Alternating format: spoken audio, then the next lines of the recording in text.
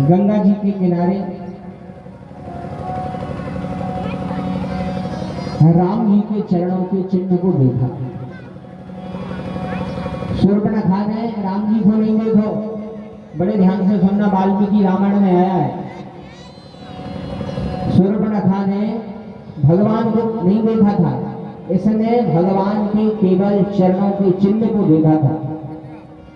मिट्टी पर जैसे भगवान ने चरण रखा, मिट्टी गीली थी तो भगवान का चिन्ह बन गया। और जब शूर्पणखा ने देखो, जब भगवान के चरण के चिन्ह को देखा तो भगवान के चरण चिन्ह पर स्वास्तिक, ध्वजा, गदा, शंख इत्यादि चिन्ह बने हुए थे भगवान के चरणों में। अभी इन्हें देखो कि बताओ, इतना सुंदर चरण को केवल निशान, बताओ जिनके चरण के निशान इतने सुंदर हैं, उसके चरण कितने सुंदर होंगे। और जो उनके चरण इतने सुंदर हैं, उनके हाथ कितने अच्छे होंगे। और जिनके हाथ इतने अच्छे हैं, वे स्वयं देखेंगे वे कितने अच्छे होंगे। तो शूर्पणखा ने सोचा कि चलो हम भी देख रहे हैं कैसे। और जैसे ही पंचवटी में पहुंची तो पंचवटी सो गई एक बारा, देख विकल भई जुगल कुमारा। दोनों युगल कुमारों को देख करके विकल हो गई, भगवान के पास में गई और इन्हें तो डायरेक्ट भगवान को प्रस्ताव रखा। भगवान से कहती है, तुम सम पुरुष नमो सम नारी, तुम सम पुरुष नमो सम नारी, तुम सम पुरुष नमो सम नारी, तुम सम पुरुष नमो सम नारी, तुम सम पुरुष नमो सम नारी, तुम सम पुरुष नमो सम नारी। यह संयोग विधि रचा विचारी, यह संयोग विधि रचा विचारी, यह संयोग विधि रचा। भगवान से कहती है, अब ध्यान देना, बड़े भाव से सुनना। शूर्पणखा भगवान से बोली कि न तो तुम जैसे कोई पुरुष आए और मैं हम जैसी कोई नारी आए। भगवान बोले, देवी जी सोचो, सो तो आप खूब जच रहे, लेकिन इतना काय खो आए। बोले, अगर संसार में हम जैसी नारी नहीं है, तुम जैसा अनुपम पुरुष नहीं है, तो फिर एक काम न करो। बोले का? बोले अपन छठ मांगनी पट ब्याह में कर लीजिए। राम जी बोले, देवी जी आपकी जानकारी के लिए बता दें कि हमारा रजिस्ट्रेशन पहले से हो चुका है। बोले, जी खड़ी हमारा संगवारी, हमारा विवाह हो चुका है जानकी जी के साथ में, और हमने एक पत्नी व्रत का संकल्प लिया, दूसरा विवाह नहीं करेंगे।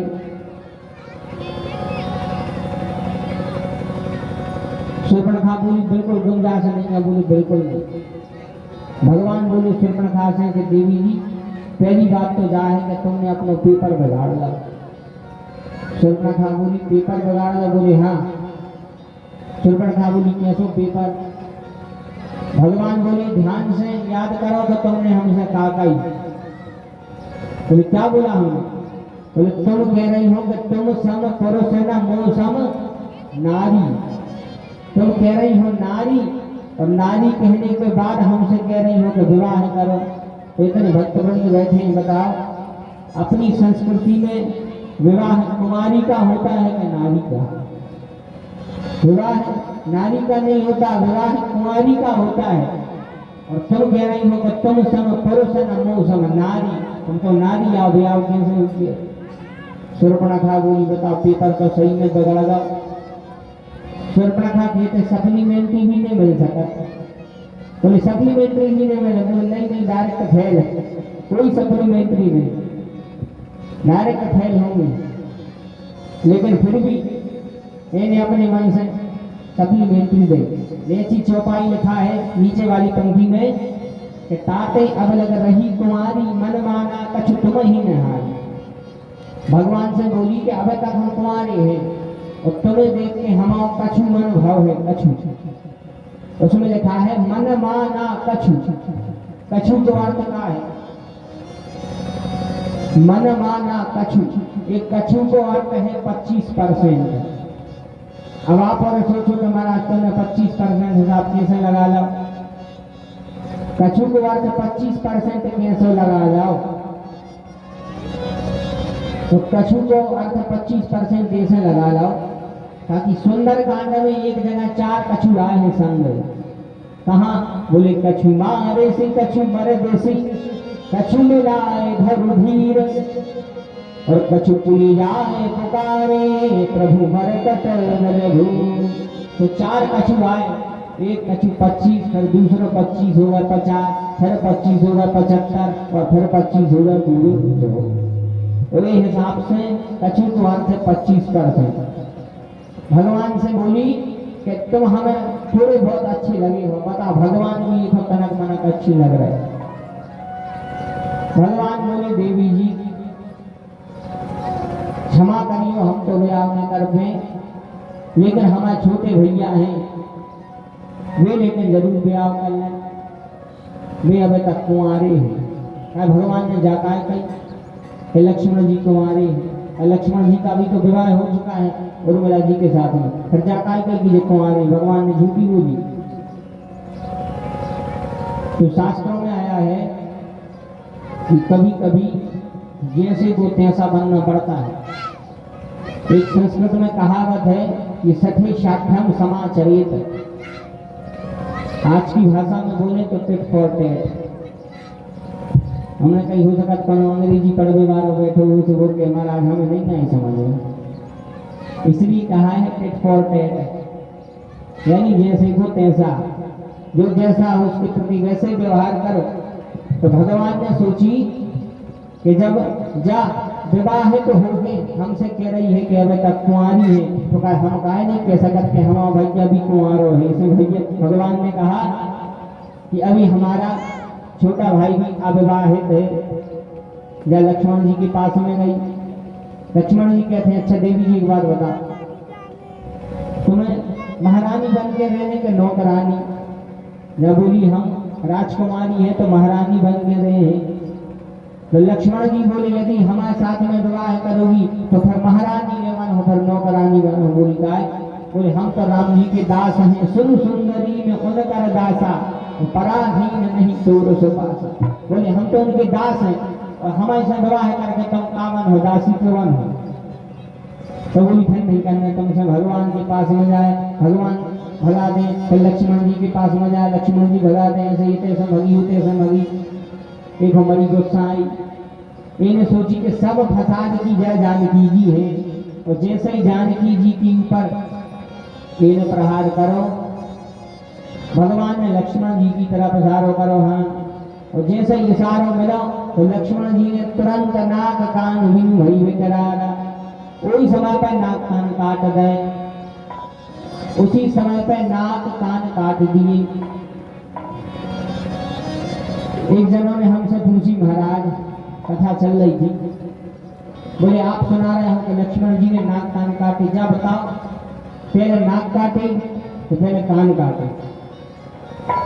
हमसे पूछे बताओ महाराज पहले नाक काटी कि कान काटे। तो हमने कही भैया हम सुना था खड़े होकर वीडियो बना रहे थे कि नाक काटी के कान काटे। मानो हमने कही हमने एक अंदाज लगा लो।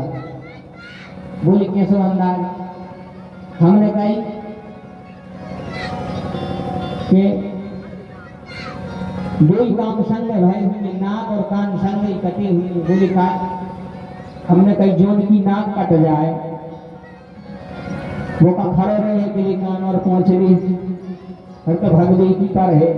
हमने कही नाक यदि कट जाती तो तुरंत भग ली थी शूर्पणखा। ऐसे लक्ष्मण जी ने दो ही संग काम करे। नाक कान बिनु भाई बेकरारा। नाक कान कट के पहुंची खरदूषण के पास में। तो कथा नहीं सुना रहे हम तो अकेले दृष्टांत दे रहे थे। अब इससे पूरे प्रसंग से एक शिक्षा बहुत अच्छी मिली। कौन सी? बोले शूर्पणखा ने राम जी से इतनी बातचीत करी। शूर्पणखा कौन है? बोले शूर्पणखा है वासना का रूप। जब भी जीवन में वासना प्रवेश करे तो जैसा भगवान ने किया है कि जैसे ही जीवन में वासना का प्रवेश हो जाए तो वासना की तरफ न देखो, उपासना की तरफ देखो, जानकी जी की ओर देखो। बोले वृंदावन में हरि लाल की जय। जब वासना प्रवेश करे तो फिर आप उपासना की तरफ देखो, आप भक्ति की तरफ देखो। भक्ति की तरफ देखोगे तो भगवान मिल जाएंगे। भगवान ने इतनी बातचीत करी शूर्पणखा के साथ में, लेकिन इसकी तरफ नहीं देखा। बोले फिर कौन की तरफ देखा? सीत ही चितई कहीं प्रभु बाता,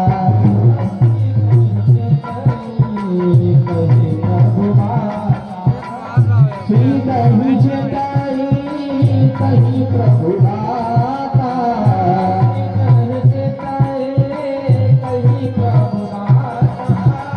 अहि कुमार मोर लघुभाता, अहि कुमार मोर लघुभाता, अहि कुमार मोर लघुभाता, अहि कुमार मोर लघुभाता। राम जी ने शूर्पणखा की ओर नहीं देखा। ऐसे ही पूतना है, पूतना भी कामचारिणी बन के आई है। तो भगवान ने सोचा है कि हम हैं माया के पति और पूतना है माया, कहीं हमने अगर नजर भर के पूतना को देख ला तो वही समय पे एक पूरा रूप हमारे सामने आ गया। इसलिए भगवान ने आंखें बंद करी। पूतना ने देखा कि भगवान बढ़िया आंखें बंद करके सो रहे हैं। पूतना ने सोची जो अच्छा मौका है, भगवान को उठाया, गोद में बिठाया और दुग्ध पान करवाने लगी। तस्मिन् स्तनं गर्जरे वीर्यमुल्बणम्, यह विष लगा करके गई थी। और जैसे ही भगवान दुग्ध पीने लगे तो भगवान दुग्ध पीते पीते धीरे से प्राण भी खींचने लगे। दुग्ध पीते पीते जैसे ही भगवान ने प्राण खींचे और फिर इसको कष्ट हुआ। भगवान धीरे से प्राण भी खींच रहे हैं। गाढ़ं कराभ्याम भगवान प्रतीत्य तत प्राणैः समैरो सुसमन्वितो तदत। उसी समय गाढ़ं कराभ्याम भगवान प्रतीत्य तत प्राणैः समैरोष समन्वितो तदत। भगवान रोष में क्रोध में प्राण जैसे ही खींचने लगे तब इसको कष्ट हुआ। और जैसे ये को कष्ट भाव जो जोर से चिल्ला पड़ी, सामुंच मुंचार प्रभाषणी निष्प्रियमाना खिल जीव मरमणि। जोर से चिल्लाने लगी, लाला सामुंच मुंच यानी हमें छोड़ो, हमें छोड़ो। भगवान को लेकर के आकाश में उड़ गई, अपने असली रूप में आ गई। भगवान से कह रही है, लाला हमें छोड़ो, हमें छोड़ो। लाला बोले, मौसी अपनी तो आदत बिगड़ गई। एक तो हम कोई को पकड़त नहीं है, यदि हम कोई को पकड़ ले में तो बिना कार्यों को हम छोड़त नहीं है। बोले कृष्ण कन्हैया राय जी। उसी समय भगवान ने क्रोध में इसके प्राण को खींच लिया। इसके हृदय की गति रुक गई, धराम से नीचे गिरी, वध हो गया। देवता ताली बजा रहे हैं, फूल बरसा रहे हैं। बोले पूतना मर्दन भगवान की जय। इसका प्राणांत हुआ और 18 किलोमीटर लंबोई को तो शरीर जब 18 किलोमीटर की रेंज में जा गिरी तो 18 किलोमीटर की रेंज में जितने भी खेत आते, जितने पहाड़ आते, जितने पेड़ थे, वे पेड़ बिल्कुल चरपट हो गए। ऐसा लगा तो जैसे प्रधानमंत्री सड़क योजना फर गई। तो वृंदावन में हरि लाल की। और जब नंद बाबा यशोदा मैया को पता चला, सब लोग दौड़ करके आए, लाला को उतारा, पूतना के शरीर को काट काट के इसका दाह संस्कार किया। भगवान के स्पर्श होने के कारण इसके देह से दिव्य सुगंध निकल रही थी। बोली वृंदावन में हरि लाल। श्री सुखदेव जी कहते हैं, राजन पूतना पिछले जन्म में राजा बलि की पुत्री थी जिसका नाम था रत्नमाला। जब भगवान वामन बने तो इसने वरदान मांगा कि हे प्रभु, इतने सुंदर बालक यदि ऐसा बालक हमें मिल जाता तो मैं माँ की भांति इसको गोद में बैठाल के दुग्धपान कराती। भगवान ने कहा देवी तथास्तु। और जब भगवान ने बलि की एक बाप की पूरी संपत्ति नाप लाई तो बड़ी गुस्सा आई। तो बताओ ऐसा लड़का अगर हमें मिले तो हमने हमारे बाप की संपत्ति नाप लाई, हम दूध न पिला है, जहर पिला है, भगवान की बाबी पी है, बाबी स्वीकार है, धन्य है प्रभु। तो वही पूतना पूर्व जन्म में रत्नमाला थी। भगवान ने इसके मनोरथ को पूर्ण किया और इसको माता की गति प्रदान करी। बोलिए भक्त वत्सल भगवान की। एक दिन कंस ने शकट नाम का असुर भेजा। भगवान ने शक्तासुर का उद्धार किया। एक दारो हिमारूढ़ लालयंती सुतम सते। भगवान ने शक्तासुर को मारा। फिर एक दिन कंस मम्मा ने भगवान को उड़न खटोला भेजो, ऐसी हवा चल रही है, सही हवा चले। तृणावर्त आया, भगवान ने तृणावर्त का उद्धार किया। बोलिए भक्त वत्सल भगवान की। यहाँ से अब भगवान की एक छोटी सी लीला जिसका नाम है नामकरण। भगवान के नामकरण की लीला बोले एक दिन की बात है। एक दिवस वसुदेव पुरोहित गर्ग बोलाए।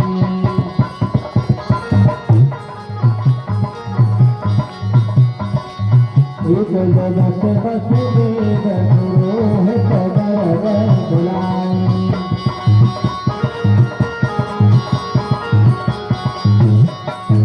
हरि पूजा सत्कार प्रेम यत वचन सुनाए।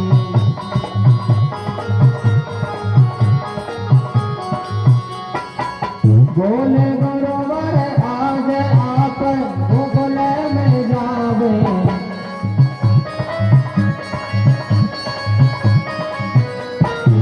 कह रहे कोई बालक राम वहाँ आवे।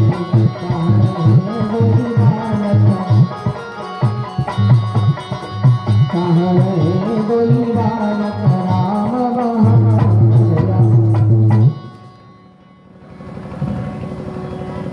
एक दिन श्री वसुदेव जी ने गर्ग पुरोहित जी को बुलाओ और बोले गुरु बाबा आप गोकुल में जाओ और दो बालक हैं उनके नाम रख के आ जाओ। बोले दो बालक हैं उनके नाम रखे आओ।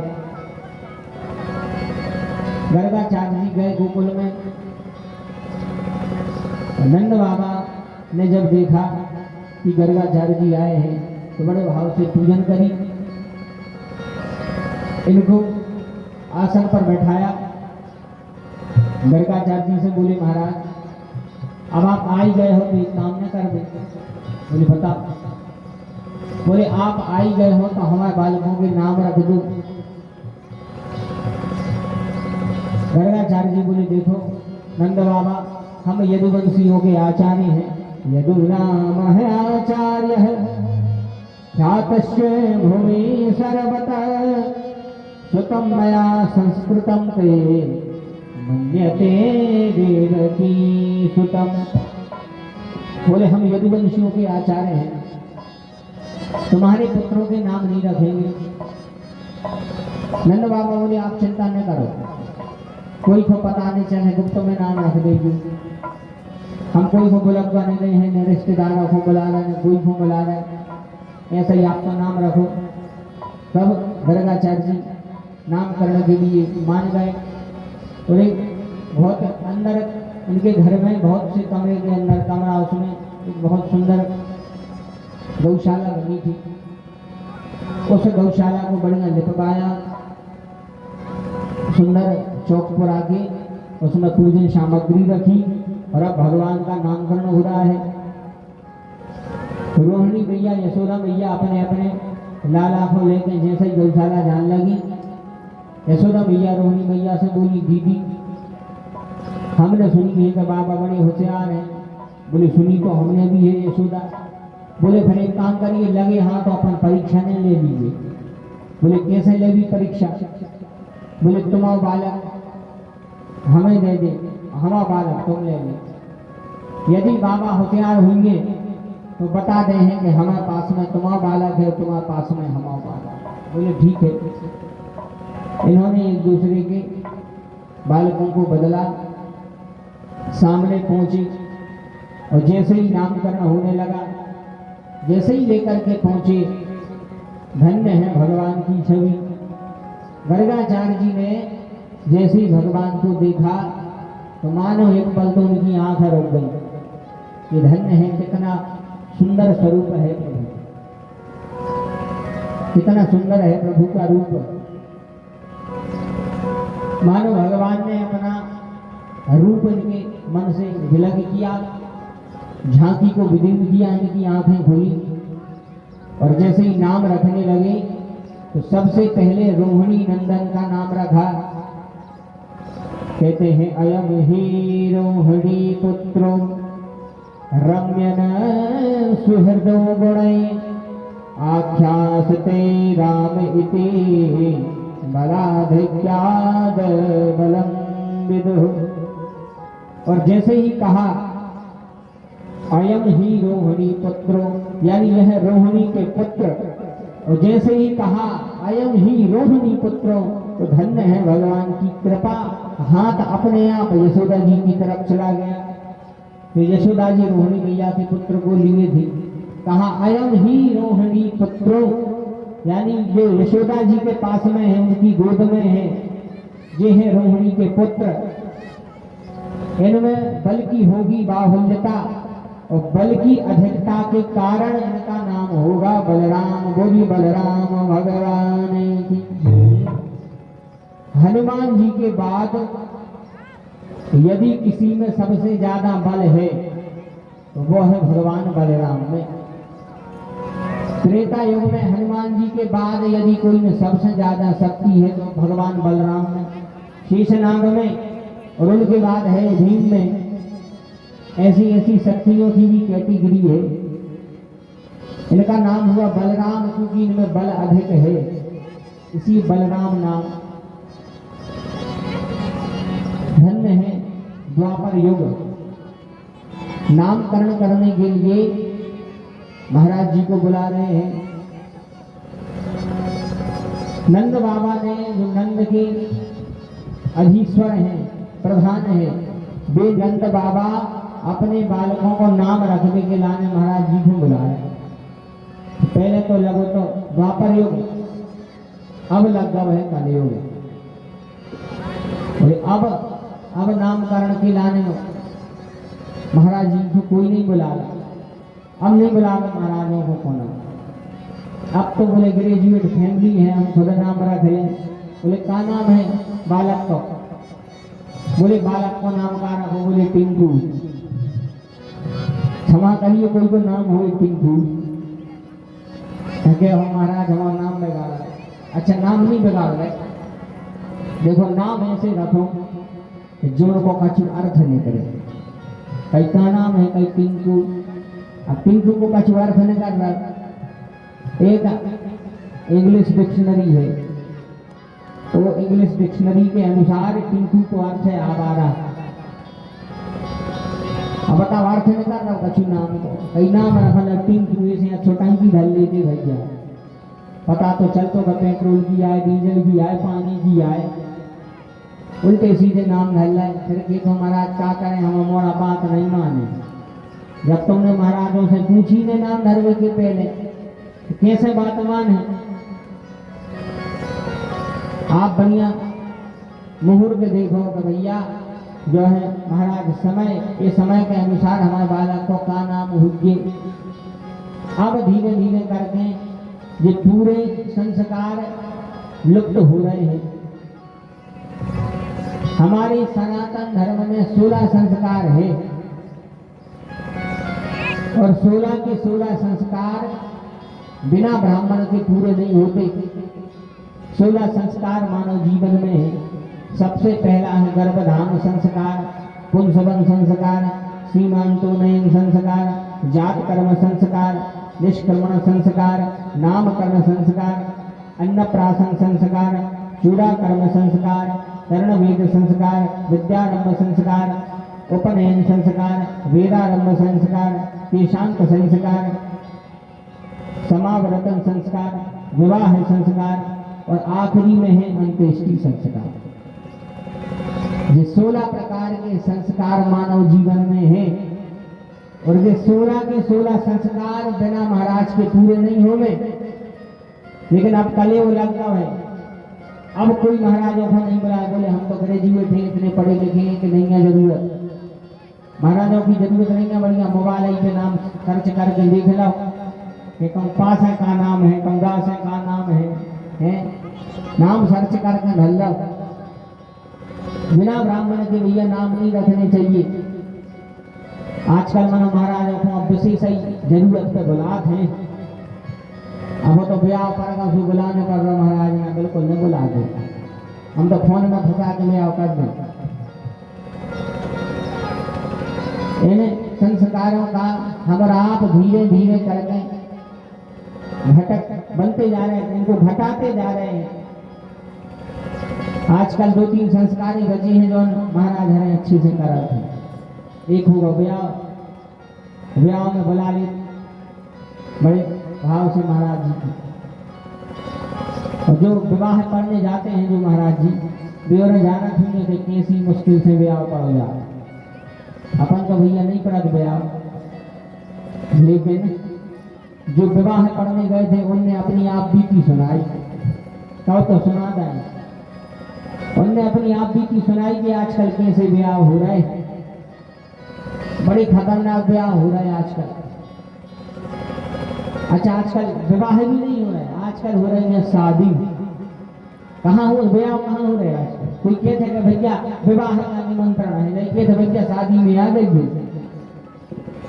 विवाह पहले होते थे, अब शादी होती है। बोले शादी को अर्थ, बोले शादी को अर्थ जो कि जब न सदी से सदी ना बसीता रहा, जो है शादी। और आज ऐसी शादी में हो रही है। पहले बढ़िया सूर्य के प्रकाश में विवाह होते थे, और अब बोले जब तक अच्छी आधी रात में हो जाए तब तक ब्याह नहीं हुई। 8-9 बजे तो बारात गई घर से, कछु जने अच्छे तई लगा के गए।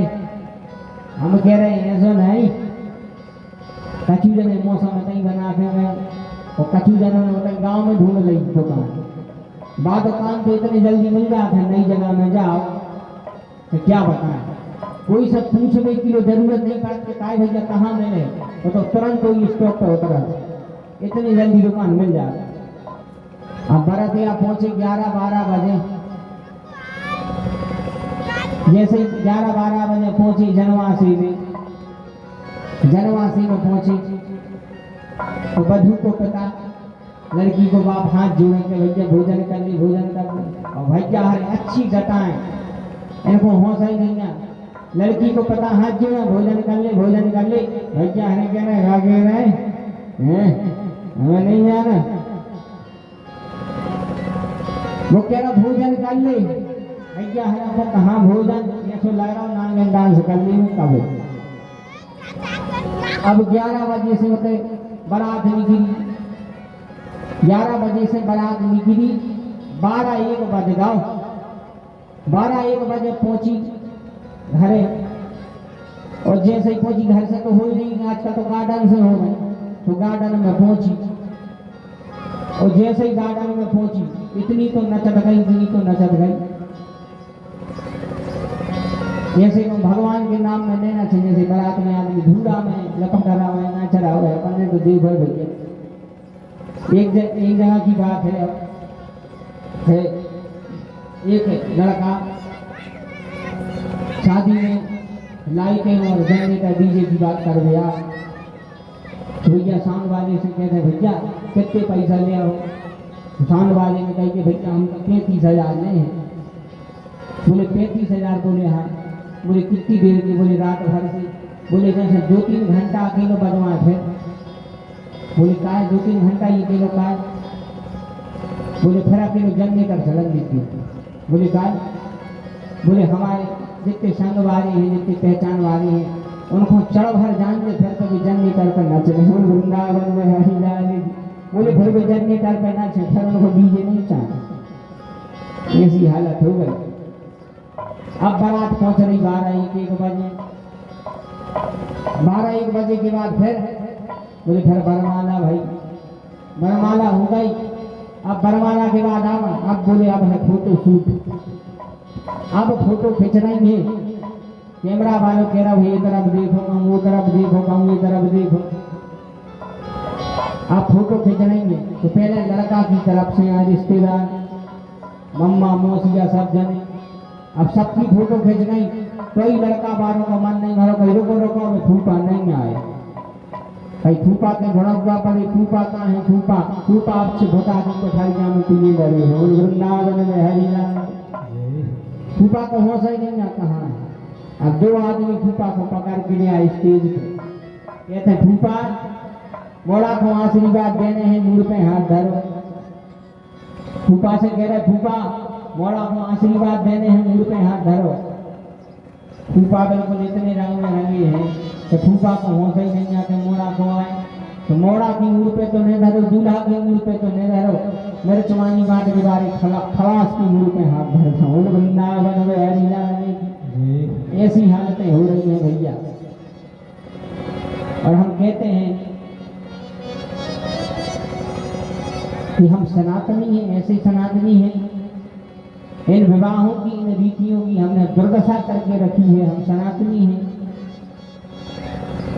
अरे विवाह की एक एक रीति, एक एक रिवाज जो पहले के लोगों ने कराए हैं, उनके कई कारण हैं, किन कारणों से कराए जाते हैं। जब बालक का जन्म होता है तो जो हमारे पितर हैं वे प्रसन्न हो जाते, क्या धन्य है बालक का जन्म हुआ है। और जब बड़े होंगे इस बालक का विवाह होगा, तब विवाह में कम से कम पितरों को ध्यान तो करें, पितरों की याद तो करें। जब ब्याह होते तो 3 पीढ़ियों को नाम पूछते हैं कि नहीं, अब अपन को नहीं पता, जो उनको होगा उनको को पता रहे। 3 पीढ़ियों के नाम पूछत के नहीं कि भैया पिता का नाम, फिर पर पिता का नाम, फिर उनके पिता का नाम। अब शंकर जी तो मायनो ही के कह दे, शंकर जी ने के सबके बाप हमारे। तो पितर प्रसन्न होते हैं कि धन्य है, जन्म हो गया कुल में। विवाह के समय हमें याद तो करेगा, अम्मन कहाँ याद करेगा, तो समय कहाँ। जब इतने सब कार्यक्रम के बाद जब 3-4 बज गए सवेरे के, अब ये सो लगा था कभी भाव में पड़ जाए, कभी भाव में पड़ जाए। सब घर के कह रहे महाराज जी जल्दी करो, महाराज जी जल्दी करो, महाराज जल्दी करो। अब बता महाराज क्या कर ले, तुमने 5-6 घंटा उतर बर्बाद कर रहे। अब महाराज से कह रहे महाराज जल्दी करो, जल्दी करो, जल्दी करो। महाराज क्या जल्दी करें, तो महाराज भी बड़े खतरनाक। महाराज भी कहते हम भी ये सो ब्याह करवा है मेरे को 1 मिनट में। तो महाराज भी कहते हैं आरत खंडे भारत खंडे, घर के बेटा 16 खंडे होगा वो यहाँ। महाराज भी बड़े खतरनाक। ऐसा ऐसा संस्कृति विलीन हो रही है हमारी, धीरे धीरे संस्कृति जाती जा रही है। एक एक संस्कार, एक एक रिवाज का अर्थ होता था पहले, लेकिन अब सब कुछ हमने बातों हमने बहुत कुछ लिया है, लेकिन साथ साथ में खोते भी बहुत कुछ जा रहे हैं। पहले के समय लोग दिल से बड़े होते थे, घर भाई बड़ो न हो लेकिन दिल बड़ो हो। तो आजकल के समय घर बहुत बड़ो होने लगा है, लेकिन दिल बहुत छोटा होने लगा। हृदय बहुत छोटा है, घर तो बहुत बड़ा है, हृदय बिल्कुल छोटा है। फिर हमने बताओ क्या पा लिया हम और आपने, सब कुछ खो ही तो रहे हैं, फिर क्या पाया है। इसलिए भैया हमारी संस्कृति को मत भूलो, और संस्कृति को हम तभी याद रख पाएंगे जब हम और आप इस सत्संग से जुड़ेंगे। धन्य है भगवान। त्रेता युग में राम जी का नामकरण हुआ। जैसे ही राम जी का नामकरण हुआ तो नाम रखने के लिए बोले, नाम रखने के लिए वशिष्ठ जी आए, और धन्य है वशिष्ठ जी भगवान के नाम रख रहे हैं।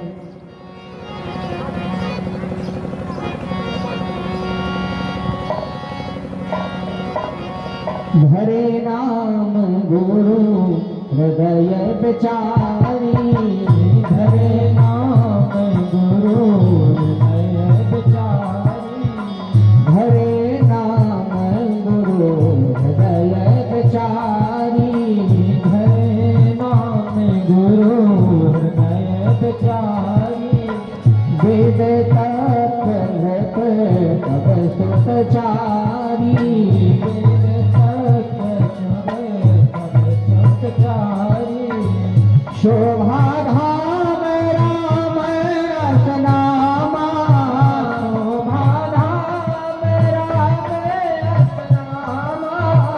सो सुख धाम राम असनामा, सो सुख धाम राम असनामा, अखिले लोकदायक विश्रामा, अखिले लोकदायक विश्रामा, विश्व भरण पोषण कर जोई, विश्व भरण पोषण कर जोई, विश्व भरण पोषण कर जोई, विश्व भरण पोषण कर जोई, काबर नाम हरत अस होई, काबर नाम हरत अस होई, जाके सुमिरन तेरे पुनासा, जाके सुमिरन तेरे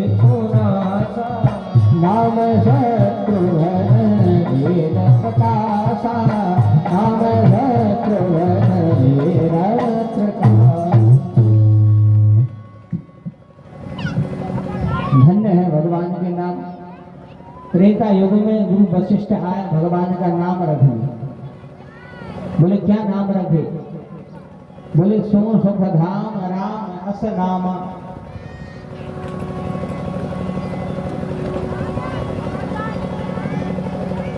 बोले राजन जी तुम्हारा सबसे बड़ा पुत्र है, वह सुख का भंडार है, आनंद का सिंधु है। सो सुख धाम, वह सुख के धाम है, और जगत में जो रमण करें उनका नाम है राम। कितना बढ़िया नाम है राम। नाम है भरत। भरत का अर्थ है बोले विश्व भरण पोषण कर जोई, जो विश्व का भरण पोषण करे उनका नाम है भरत। नाम है लक्ष्मण।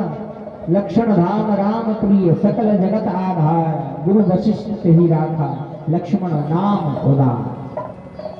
क्या बढ़िया नाम रखे हैं। क्या नाम है भगवान का राम। एक एक अक्षर, जिनके एक एक अक्षर का अर्थ निकल रहा हो उनका नाम है राम। अब बोले अर्थ क्या है राम का? तो राम जी के नाम में दो अक्षर हैं राम। जैसे हम और आप कह रहे राम, और जैसे ही हम और आप राम कहते हैं तो रा कहते ही मुख खुल जाता है, और माँ कहते ही एक पल को बंद हो जाता है राम। जैसे ही राम कहीं राम खुल गो माँ में बंद हो गो राम। कछु नहीं है, कहीं प्रैक्टिकल करके देख ले, भगवान ही को नाम आए। जैसे कहा राम, राम में मुख खुल गया, माँ में बंद हो गया राम। बोले रा क्या है? बोले तुलसी राके कहते ही निकसत पाप पहाड़, पुनि आवन पावत नहीं देत मकार राम। तुलसी राके कहते ही निकसत पाप पहाड़। राके कहते ही हमारे अंदर जितने भी पाप व्याप्त हैं सब पाप बाहर निकल जाते हैं।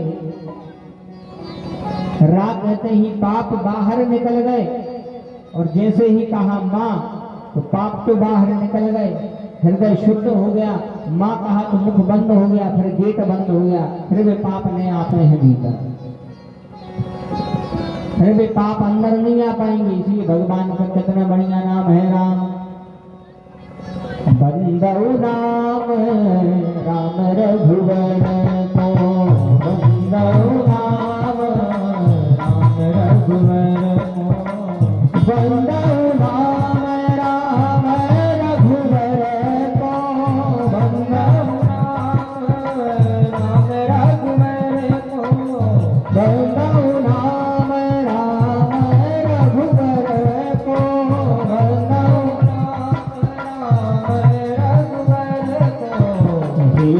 प्रशान भानो हिम कर दो, ये तो प्रशान भानो हिम कर दो, ये तो प्रशान भानो हिम कर दो, भानो हिम कर बंधु नाम राम रघुबर। धन्य है प्रभु का नाम राम। तो नाम का अर्थ निकल रहा हो तभी नाम रखें। यह तभी होगा जब हम अपने संस्कारों से जुड़ेंगे। जब तक हम संस्कारवान नहीं बनेंगे, बिना संस्कार के हमारे जीवन में उन्नति नहीं हो सकती है। जैसे इत्र से कपड़ा को महकाया जा सकता है, जैसे इत्र से कपड़ा महकता है, वैसे ही चरित्र से जीवन महक जाता है। इसलिए जीवन में चित्र उतना महत्वपूर्ण नहीं है, जीवन में चरित्र महत्वपूर्ण है। और चरित्र महत्वपूर्ण कब बनेगा? बोले जब हम में संस्कार आएंगे तब। जैसे बिना बरसात के फसलें खराब हो जाती हैं, वैसे ही बिना संस्कार के नस्लें खराब हो जाती हैं। नस्लें भी खराब हो जाती हैं भैया बिना संस्कार के।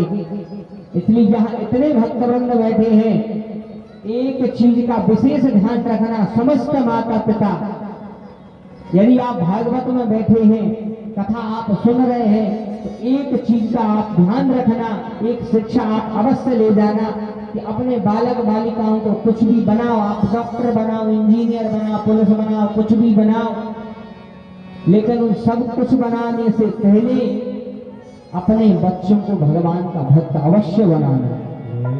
क्योंकि अगर भक्त बन गया तो कभी वह बिगड़ नहीं सकता। यदि कोई भगवान से जुड़ गया तो फिर वह बिगड़ नहीं सकता। यह गारंटी हम दे रहे हैं व्यास मंच से। बालक यदि छोटा है, आप उससे पूजा करवाओ, आप अगरबत्ती हाथ में जो पकड़ा के लो भगवान की आरती करो, तो यदि आप बालक को अगरबत्ती दे रहे छोटे में, तो जब हम गारंटी दे रहे हैं कि बड़े होकर वो सिगरेट को हाथ में नहीं ले, फिर कभी वो सिगरेट नहीं पिएगा। न छुपने अगर फूक भी दे है तो कौन नहीं देख ले, पापा का तो जो ही लग रहे कि हमारा मोड़ा कितना अच्छा है, हमारी नजर नहीं मिला रहा, नजर के पीछे काका कर रहा। इसीलिए अभी से संस्कारवान बनाओ। आप बालकों को बालिकाओं को चरणामृत पिला दो, आप बालक को चरणामृत पिलाओ, भगवान का पंचामृत पान कराओ। आप छोटे से ऊपर चरणामृत पिले हो तो जब हम गारंटी दे रहे हैं आगे चल के वो कभी शराब का हाथ न लगे, कभी शराब नहीं पिएगा। आप भक्त बना के घर देख लो, कुछ बने अन्यथा ना बने, लेकिन यदि भक्त बन जाएगा तो यह ध्यान रखना कि भक्त बनने से सारा जीवन सुधर जाएगा। सब जीवन सुधरेगा भैया भक्त बनने से। ये संस्कार जब मिलेंगे, और संस्कार तभी मिलेंगे जब हम सत्संग करेंगे। धन्य है नंद बाबा। रोहिणी नंदन की बालक का नाम हुआ बलराम। यशोदा मैया कहती हैं गुरुजी अब जा बताऊं छोटे सरकार को नाम का रखें। गुरु बाबा बोले कि इनके नाम तो का बता, इनके नाम अनेक अनुपा। बोले इनके नाम तो अनेक हैं। बोले इनके कितने नाम रखे? इनके नाम तो अनेक हैं। इनको लोग कोई भी नाम से पुकारेंगे, इनको कोई भी नाम से पुकार सकते हैं। भगवान के अनेक नाम है, कोई गोविंदा कहता है, कोई गोपाला कहता है, कोई गिरधारी कहता है, कोई मुरली मनोहर कहता है, कोई मुरलीधर कहता है। यशोदा मैया कहती है कि बाबा गुरुदेव आप तो एक कोई नाम रखो। तब श्री गर्गाचार्य जी कहते हैं कि तुम्हारा यह बालक जगत को अपनी ओर आकर्षित करेगा, और कर्षति इति कृष्ण है, और जगत को आकर्षित करने के कारण इसका नाम होगा कृष्ण। और चंद्रमा त्रेता युग से लगा है, तब भगवान का नाम हो गया कृष्ण चंद्र। बोल कृष्ण चंद्र भगवान की। बोले इनके नाम तो कई हैं भैया, इनको व्यक्ति कोई भी नाम से पुकार सकता है, लेकिन जो पुकारेगा वह उसके पास अवश्य आएंगे। कितनी बढ़िया बात है। कोई कहे गोविंदा कोई गोपाला, कोई कहे गोविंदा, कोई गोपाला, मैं तो कहूँ सावरिया बांसुरिया वाला, मैं तो कहूँ सावरिया बांसुरिया वाला। कोई कहे गोविंदा, कोई गोपाला, कोई कहे गोविंदा, कोई गोपाला, कोई कहे गोविंदा, कोई गोपाला, कोई कहे गोविंदा, कोई गोपाला, मैं तो कहूँ सावरिया बांसुरिया वाला, मैं तो कहूँ सावरिया बांसुरिया वाला, मैं तो कहूँ सावरिया बांसुरिया वाला, मैं तो कहूँ सावरिया बांसुरिया वाला।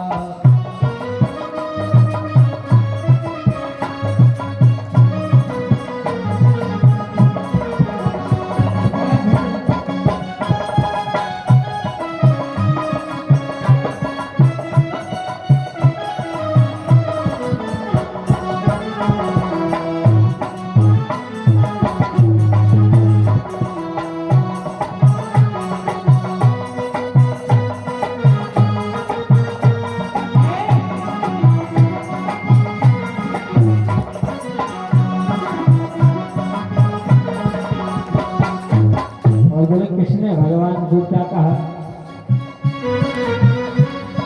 राधा ने श्याम कहा तुम जान मेरे घर, राधा ने श्याम कहा तुम जान मेरे घर, राधा ने श्याम कहा मीरा ने मेरे घर, राधा ने श्याम कहा मीरा ने मेरे घर, कृष्णा ने कृष्ण कहा, कृष्णा ने कृष्ण कहा तुम जान नटवर, तुम जाने कृष्ण कहा तुम जान नटवर, ग्वालों ने तुझको पुकारा गोपाला, ग्वालों ने तुझको पुकारा गोपाला, मैं तो कहूँ बांसुरिया वाला, मैं तो कहूँ सावरिया बांसुरिया वाला, मैं तो कहूँ सावरिया बांसुरिया वाला, मैं तो कहूँ सावरिया बांसुरिया वाला।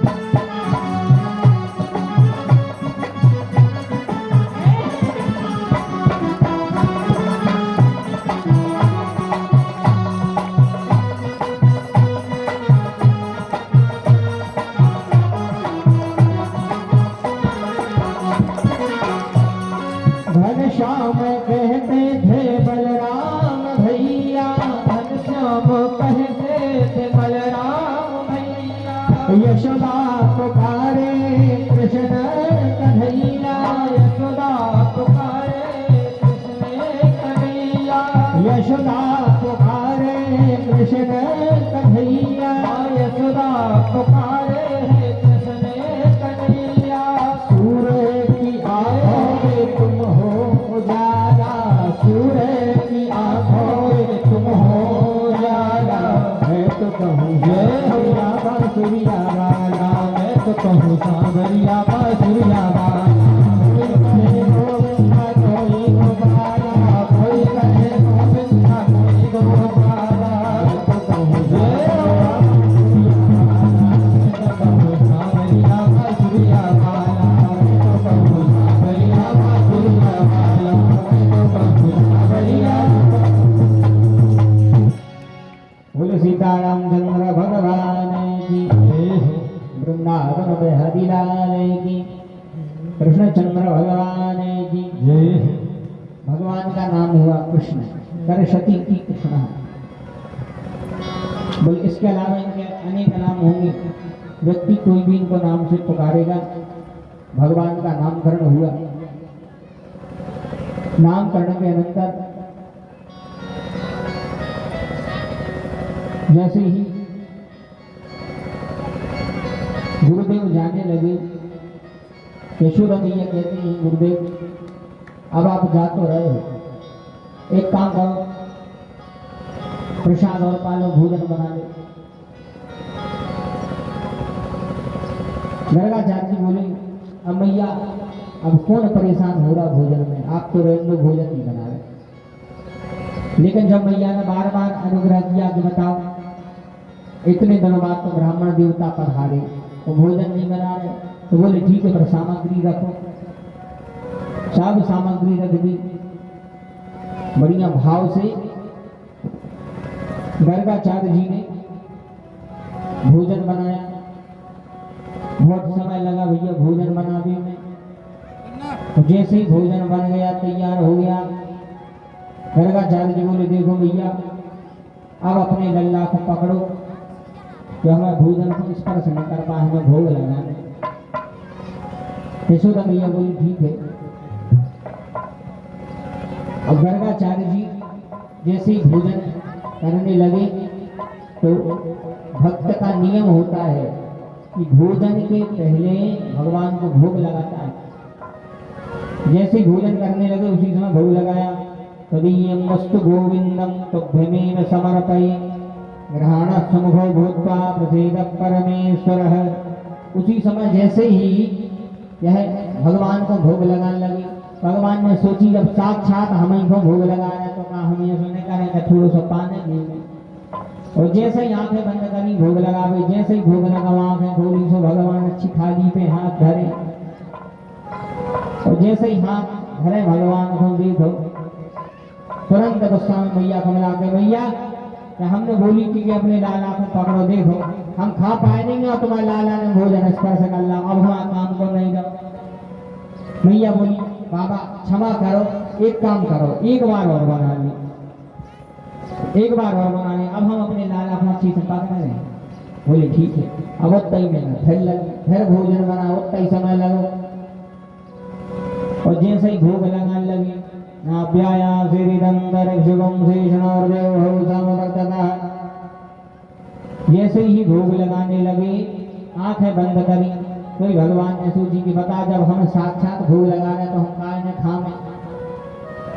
जैसे ही भोग लगाओ तो जैसे ही आंखें खोली तो फिर भगवान अच्छी थाली में बीच में बैठे, फिर भगवान बैठे। अब तो गर्गाचार्य जी को बड़ो क्रोध है, तो बताओ हम बना बना के हैरान हो गए, जे सुखी हम खा नहीं पाते, जो पहले हाथ लगा देते उनको भूख पेने लग गया। गर्गाचार्य जी बोले बस भैया अब हम नहीं बना रहे, अब हम इतने हैरान नहीं हो सक रहे, तो हम जा रहे हैं बाद में खेलने कब। मैया बोली देखो महाराज एक बार और बना ले, बस आखिरी बार, लास्ट बार, फिर नहीं बनाइए। गर्गाचार्य जी बोले तो अब हम ज्यादा आइटम नहीं बना रहे, अब तो हम सबसे सरल चीज बना रहे हैं। बोले सबसे सरल कौन सी? बोले हम खीर बना रहे हैं, खीर जल्दी बन जाए, अकेली डाली ताली और उतारी हो खीर बन गई, खीर सबसे जल्दी बन गई।